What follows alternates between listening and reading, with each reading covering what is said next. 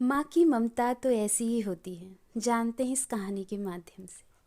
आज बेटे का जन्मदिन था। बेटा माँ से बहुत दूर रह रहा था, तो माँ को बेटे की याद आ रही थी। उसने सोचा कि मैं सिर्फ फ़ोन करके ही बधाई दे देती हूँ। अपने बेटे को उसने फ़ोन लगाया। रात के करीब 2 बज रहे थे। उसने अपने बेटे से बड़े प्यार से कहा, बेटा जन्मदिन मुबारक हो। रात को 2 बजे माँ का फ़ोन देखकर वह डर गया। उसने सोचा कि आखिर क्या बात है जो इतनी रात को माँ ने फ़ोन किया है। लेकिन जब उसने माँ की आवाज़ सुनी, जन्मदिन मुबारक हो, उसे बहुत गुस्सा आया।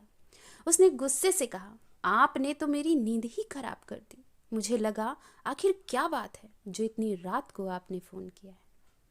जन्मदिन की मुबारकबाद ही देनी थी तो सुबह दे देती, इतनी रात को क्यों फ़ोन किया। इतना कहकर उसने फ़ोन रख दिया। बेटे की ऐसी बात सुनकर माँ का मन बहुत उदास हो गया। थोड़ी देर बाद पिता का फ़ोन आता है।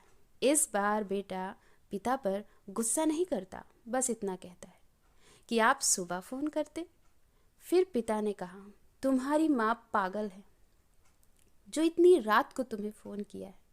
पागल तो आज के वो 22 साल पहले ही हो गई थी, जब उसने तुमको जन्म दिया था। जब डॉक्टर ने कहा कि हम माँ और बेटे में से एक को ही बचा सकते हैं, और तुम्हारी माँ ने कहा कि मेरे बेटे को बचा लीजिए, मुझे नहीं। वह मरने के लिए तैयार हो गई थी। रात को 2 बजे जब तुम्हारा जन्म हुआ तो वह सारी पीड़ा भूल गई। उसकी खुशी का ठिकाना नहीं रहा। उसके बाद भी न जाने उसने कितनी रातें बिना सोए ही गुजार दी। और साल में तुम्हें एक दिन उसने फ़ोन कर लिया तो तुम्हारी नींद ही खराब हो गई। मुझे तो रोज़ रात में 2 बजे उठाती, बस इतना बताने के लिए कि इसी समय हमारे बेटे का जन्म हुआ। इतना कहकर पिताजी फ़ोन रख देते। बेटा यह सुनकर सुन्न हो जाता है और दूसरे दिन अपने माँ से जाकर माफ़ी मांगता है। वह पिताजी से भी माफ़ी मांगता है। तब पिता कहते हैं, आज तक तुम्हारी माँ कहती थी कि हमें कोई चिंता नहीं, हमारी चिंता करने वाला हमारा लाल, हमारा बेटा आ गया है। पर अब तुम चले जाओ, इसकी चिंता और ध्यान रखने के लिए मैं हूँ। तुम्हारी अब कोई ज़रूरत नहीं। मैं इसका ध्यान रख लूँगा जैसे अब तक रखता आया हूँ। तब माँ कहती है, माफ़ कर दो ना, बेटा है हमारा, इतनी भी बड़ी कोई गलती नहीं की है इसने।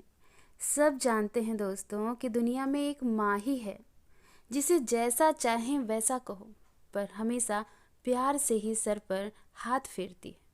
पिता अगर गुस्सा न करे तो बेटा सर पर बैठ जाए, इसीलिए पिता को सख्त होना भी ज़रूरी है।